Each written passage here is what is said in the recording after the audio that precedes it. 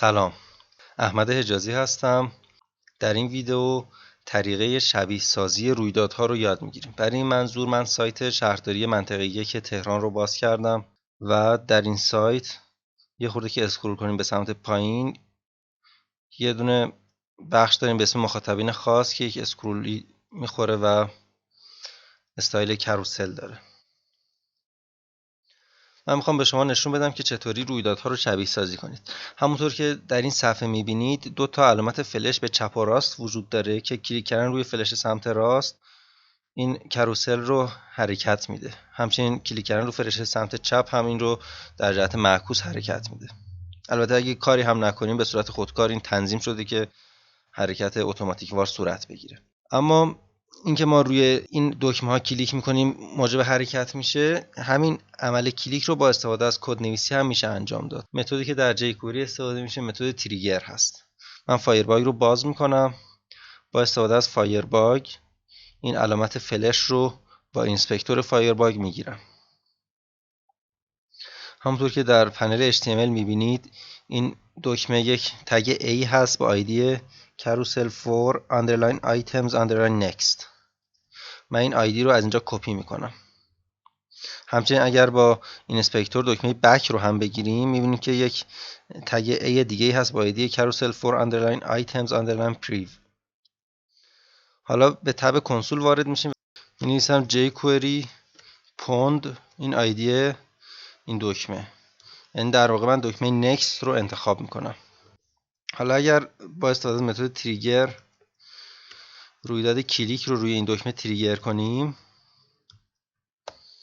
می‌بینید که این علامت فلش انگار عملا روش اتفاق افتاده، انگار واقعا روش کلیک شده و این کروسل به صورت اتوماتیک وار بلافاصله یه دونه حرکت میکنه. اگر من دکمه پریو رو انتخاب کنم و تریگر رو بزنم در جهت معکوس حرکت میکنه.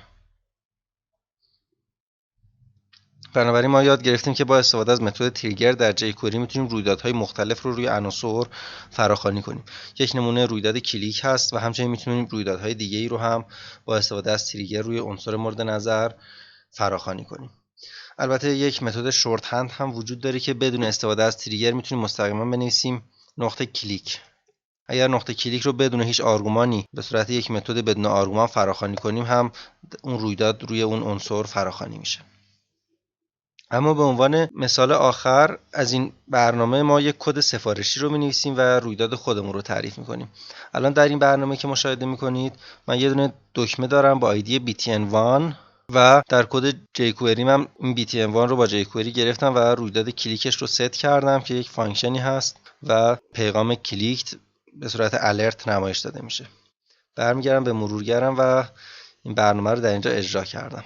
همونطور که می‌بینید کلیک کردن روی این دکمه باعث میشه که این پیغام نشون داده بشه. اگر بخوایم این کلیک روی این دکمه رو شبیه سازی کنیم داخل جاوا اسکریپت، یعنی توسط کدهای جاوا اسکریپت روی این دکمه کلیک کنیم، کافیه که این دکمه رو با استفاده از jQuery بگیریمش pond btn1 و روش متد تریگر رو فراخوانی کنیم و نام رویدادی که قراره تریگر بشه رو هم به عنوان آرگومان بهش ارسال می‌کنیم. همونطور که می‌بینید تابع هندلر کلیک این دکمه اتفاق افتاد یا اجرا شد. دلیلش هم اینه که فراخوانی متد تریگر دقیقاً معادل اجرای اون رویداد هست.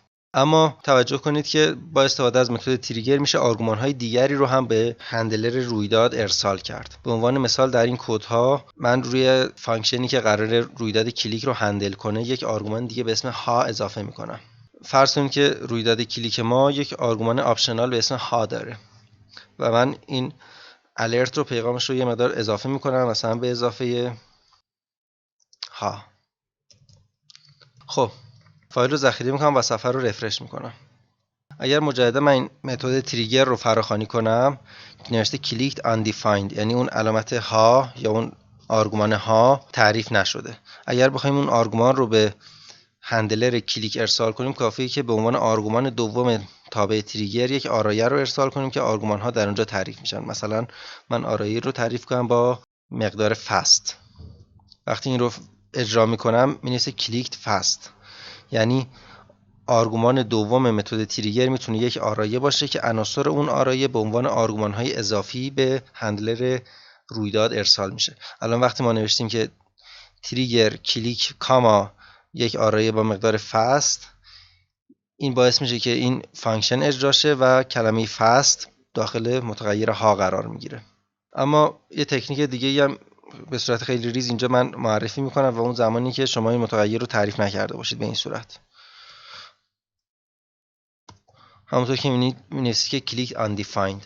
برای جلوگیری از نمایش undefined یک راه ساده وجود داره که ما بیایم متغیر ها رو در صورتی که undefined بود مقدارش رو بکنیم مقدار تهی.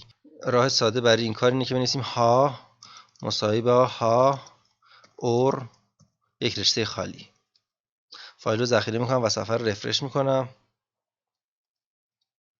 مجددا این کد رو که اجرا میکنم کلیک خالی رو نشون میده.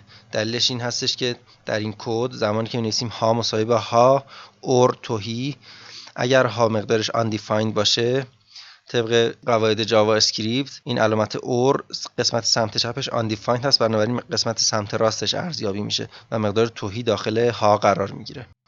موفق باشید.